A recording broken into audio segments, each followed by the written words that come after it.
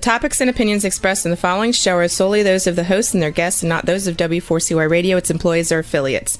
We make no recommendations or endorsements for radio show programs, services, or products mentioned on air or on our web. No liability, explicit or implied, shall be extended to W4CY Radio or its employees or affiliates. Any questions or comments should be directed to those show hosts. Thank you for choosing W4CY Radio.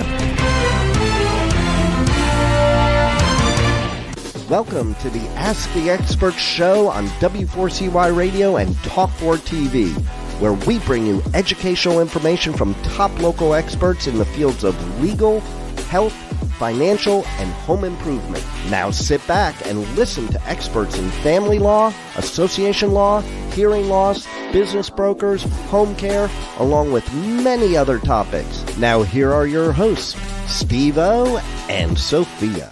Hey, good morning, South Florida. Welcome to another Ask the Expert show where we bring you the top experts in the field of legal, health, financial, and home improvement.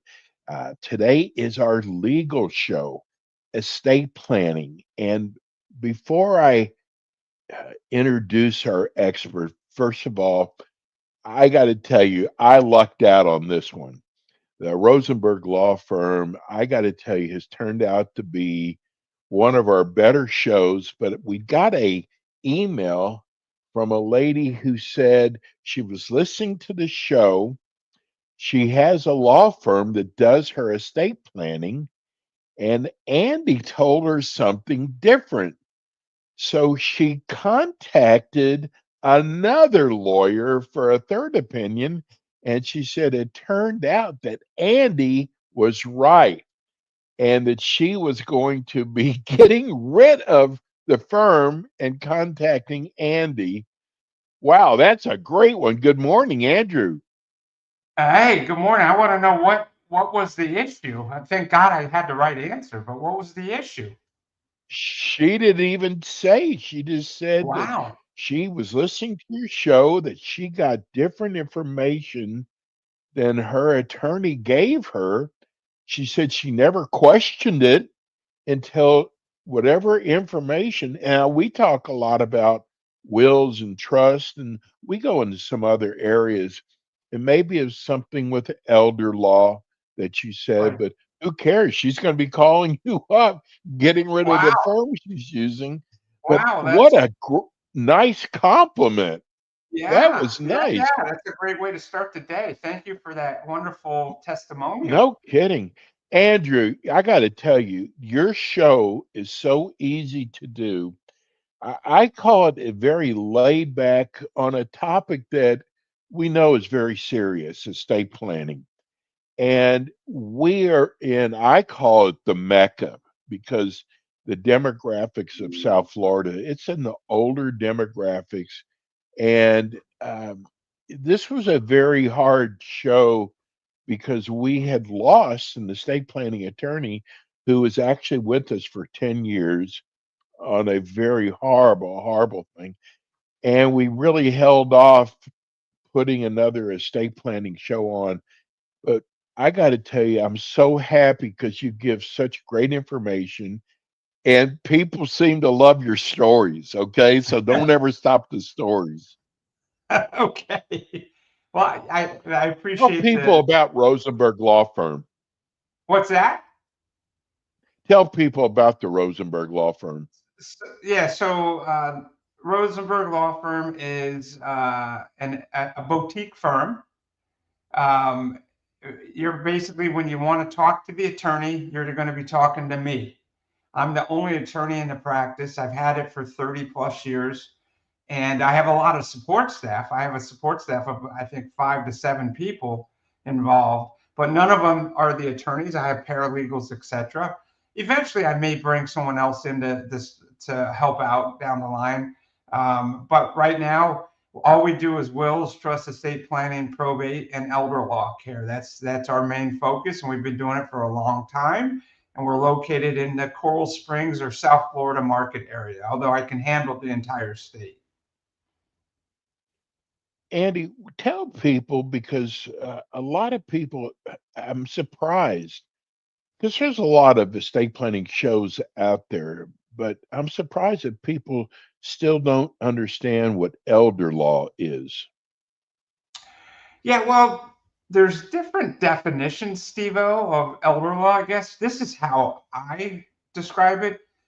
So we have estate planning, which is dealing with everyday stuff. Obviously, wills, trusts, uh, probate, no probate, trying to avoid that, guardianship issues, durable powers, health, all that stuff. That's estate planning. But then I like to delineate it and say that elder law is the area where we get someone that's older and that needs to go into an assisted living or a nursing home situation or home health care, and we're trying to protect the assets. So someone's built up all their assets over all these years, and they're needing to go into an assisted living, home health, or nursing home situation. And if you go into those situations, it costs a ton of money to go in there. And there's only 3 ways that people can pay for elder care. And number one is if they're lucky enough to have long-term care insurance, which we'll talk about in a minute since you brought it up, because I just went through the process myself.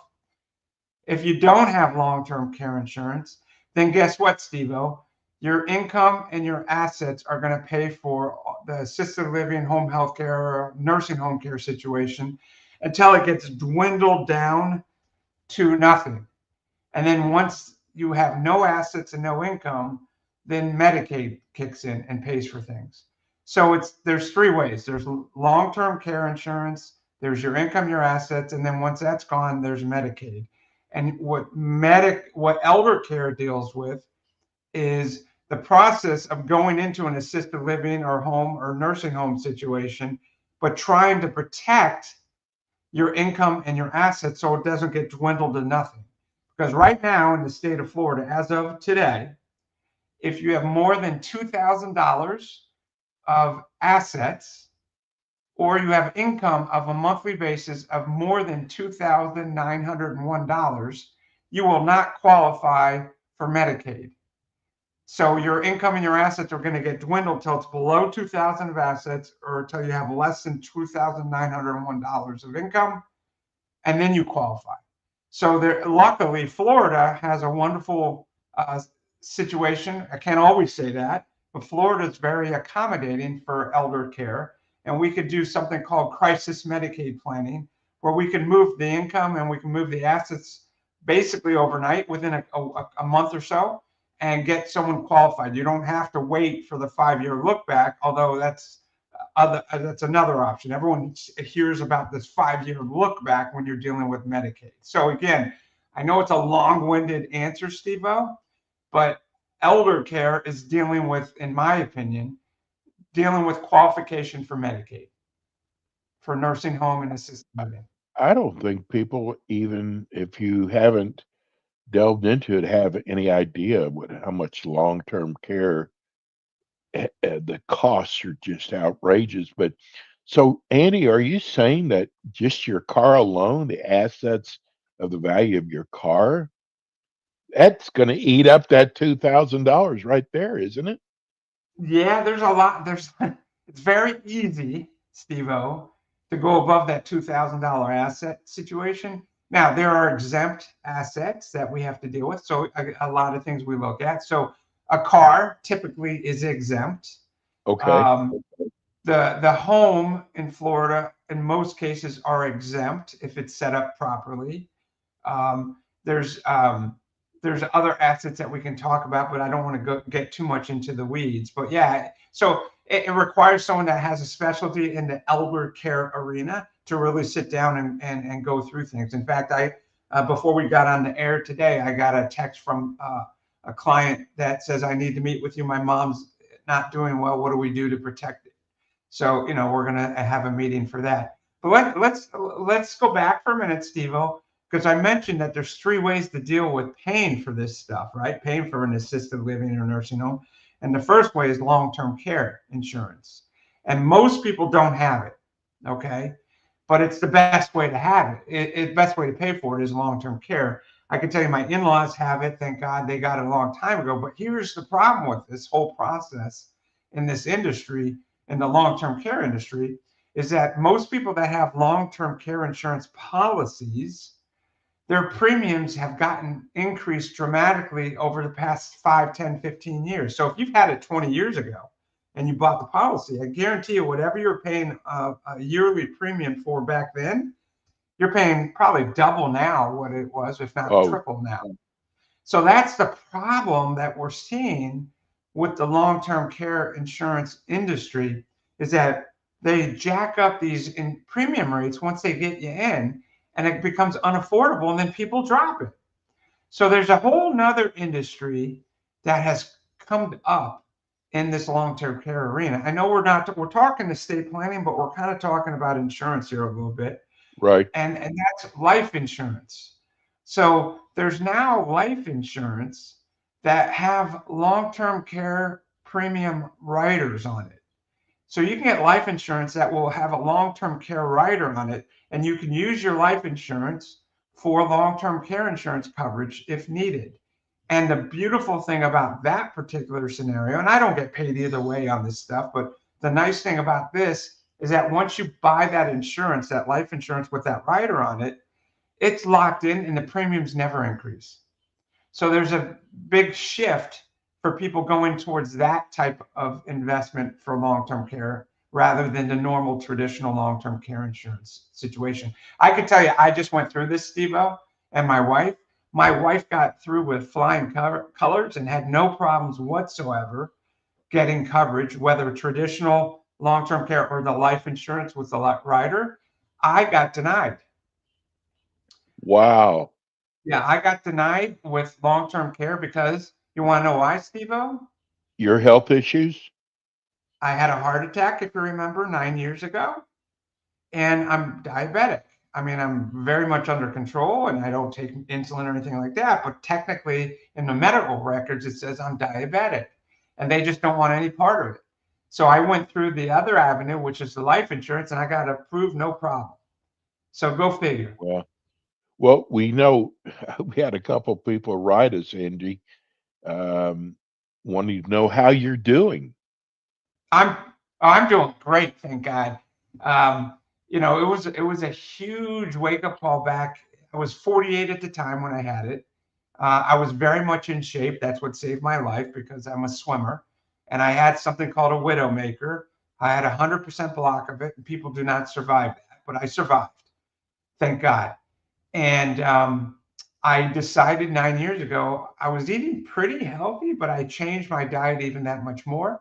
I went and became what's called a pescatarian. So I won't eat red meat, chicken, bacon, I won't eat any meats whatsoever, except for fish. So I eat fish, and then I eat more of a Mediterranean diet. And now 9 years later, I'm 45, 50 pounds lighter, and I'm doing great. I get checkups all the time. But I will tell you what happened because of this, and we've mentioned it in the past. I ended up producing all these kidney stones because of the change in diet. So it's been horrible in that respect. And I just had a kidney stone surgery not that long ago because it got stuck. So I'm actually in the process of being tested to see if my body just naturally produces this stuff, and if it's genetic, to see if I have to go on some sort of special medicine to try and stop producing this stuff. So damned if you do, damned if you don't. You know what I mean, Steve-O? It's amazing. You sound and look so healthy, Andy. I feel great. I feel wonderful. I'm in the best shape of my life. I'm 57, and I'm better now than I was in my 30s. But I'm just dealing with the normal aging process of having these things that crop up on you, unfortunately. Andy, people don't even think about this at all. But again, we're deal with, in a more like an older demographics here. And I just want people to know your office is so easy to reach because you're right off the Sawgrass. Yeah, we're literally right off the Sawgrass and University Drive. It's easy to get to from Boca. It's easy to get to from West Broward. If you're coming from East Broward, it's a little bit of a hike, but not too bad. It's all highway driving, but it's pretty easy to get to. And then plenty of parking. I can also do Zoom office hours. So I'll meet people on Zoom so they don't have to come in if they don't need to. Well, we just got a question from Ron in Coral Springs, which is where you are. Wants to know, how often should you have your will looked at? That's a great question, Ron. Um, I tell, it's interesting. I'm in the process of finalizing my book. Did I tell you that? Hmm. So Which we're yeah, going to Ron, be promoting on this show. yeah, Ron, the title of it is "If You Don't Plan, You're Stupid." So one of the topics I bring up is how, I talk about it in the book a lot. How often should you be reviewing your estate plan, whether it's wills, trusts, durable powers, all that stuff? And I really emphasize in the book, and I tell people this, that estate planning is not static, it's dynamic. And what do I mean by that, Ron? I mean that it's constantly changing, meaning your life doesn't just sit still. Things happen, things change. So, because of that, in my opinion, you should be meeting with your estate planning attorney once a year. At a typical is what I recommend, once a year, to just sit down to see what's changed in your life, to make sure your will's properly done, or that it's still doing what it's supposed to do, to make sure that your beneficiaries are properly designated in the right names, to make sure that your family members know exactly if something were to happen where your legal documents are. Do they know your usernames and passwords?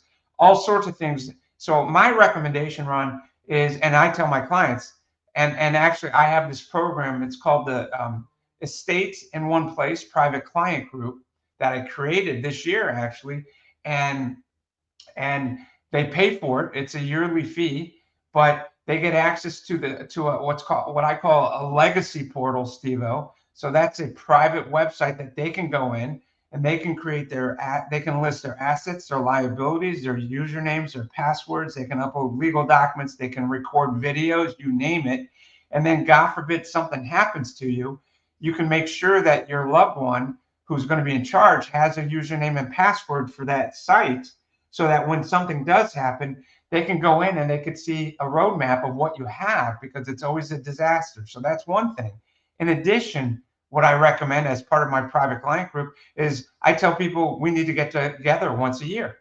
So I recommend, even with my private client group, Ron, once a year you get together with me for an hour. I'm normally $500 an hour for that meeting, but my private client group, which includes a lot of other things, Zoom office hours, you name it, it's $695 a year once you become a client Wow, of mine, and that's it. And it that's a covers a great lot of deal. benefits. Yeah, but my recommendation again, Ron, is I think once a year is good. I want to tell people, I've shared this with you before, Andy, but one of the main purposes of this show, and uh, I don't know how many people remember it, but I revert back to, because I followed the Terry Shively, what happened to her, Yep, and there was no planning. correct. And look at all the trouble this caused because there was no planning.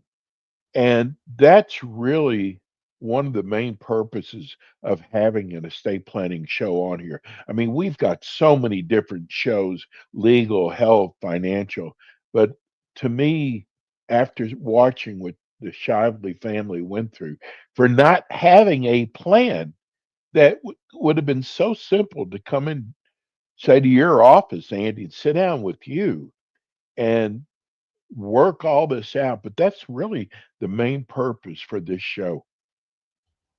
Yeah, I mean, when that case, that was a long time ago, by the way. We're Yes. both showing our age. Yeah, right.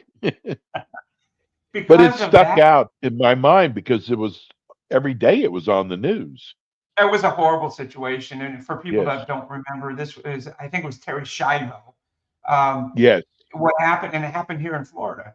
It went all the way to the Supreme Court, and the issue was, she was in a vegetative state, and I think, if I recall, the husband wanted to take her off life support, and her parents wanted to keep her on, and they didn't have anything in place as to who can make that decision. It went all the way to the Supreme Court, and because of that situation, we ended up creating something called a living will, which now that will Mm. avoid the whole mess. And that's all part of the estate planning process. And that living will is also, I call it the dying with dignity document, the pull the plug document. I actually call it the Terry Schiavo document because that's what really created it.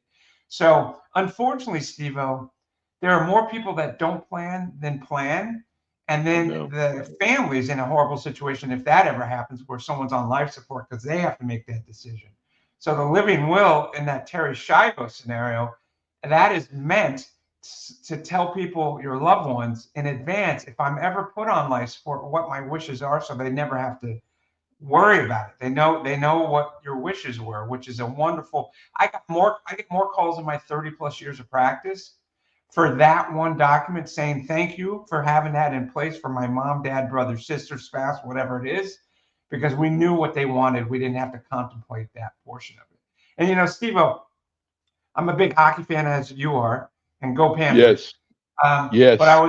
was saddened to hear on the night before the Dallas versus Winnipeg game, one of the players' fathers unexpectedly passed away overnight. I didn't know And that. yeah, and so it was a big story.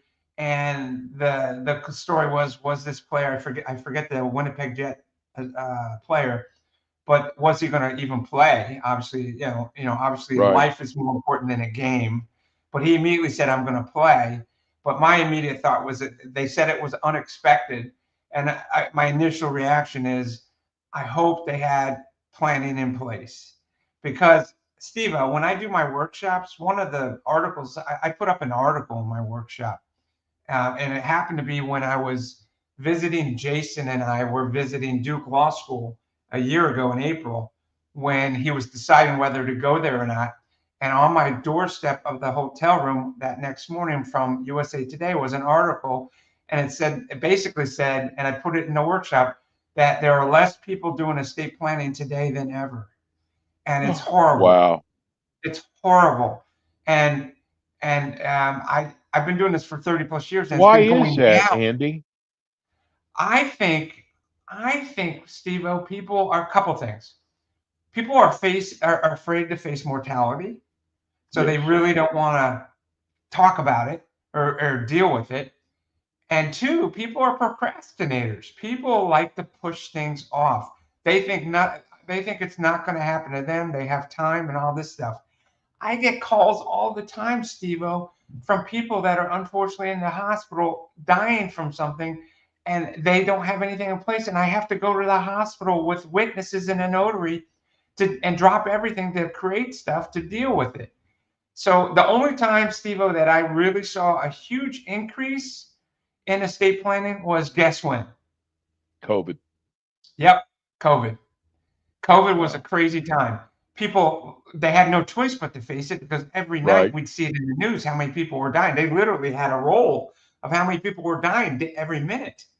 And that was the only time that I saw a huge uptick in doing estate planning. People are just lazy, afraid to face mortality, or they like to procrastinate, think nothing's going to happen to me, I can deal with it later, and then something happens. I never thought I was going to get a heart attack at 48 Right. years old, but I had No stuff way. in place, so I was fine.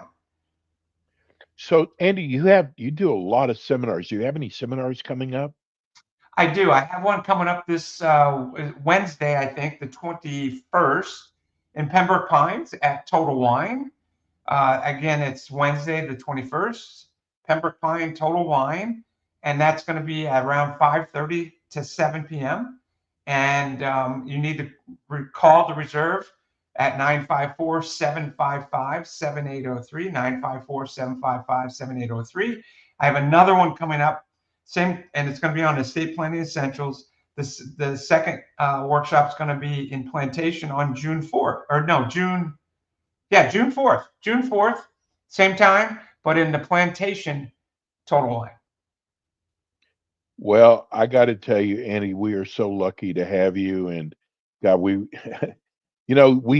Andy and I plan the show prior to, and we want to get to your questions as a priority because we know you're sitting there listening. We want to thank you for all your letters. Andy's going to be back again with us in 2 weeks. He does 2 live shows with us. Andy, we so appreciate you. One more time with the phone number at the office. Yep. So a couple ways to get a hold of me. Office number 954-755-7803 if you want to make an appointment to come to the workshop. And the other way is email andrew@rosenberglawfirm.net. Ro, you're the best. Stay healthy. We'll see you in 2 weeks. Thanks, buddy. You too. Take care of yourself. Okay. Go Panthers. Go Panthers. That's attorney Andrew Rosenberg. That's it for us today. We'll be back again with you next week with more Ask the Experts. Thanks for tuning in today to the Ask the Expert show on W4CY Radio and Talk4 TV. Tune in next week and every week to hear more from our experts on personal injury, insurance, air condition repairs, estate planning, Medicare, and many other topics in the areas of legal, health, financial, and home improvement. See you next week.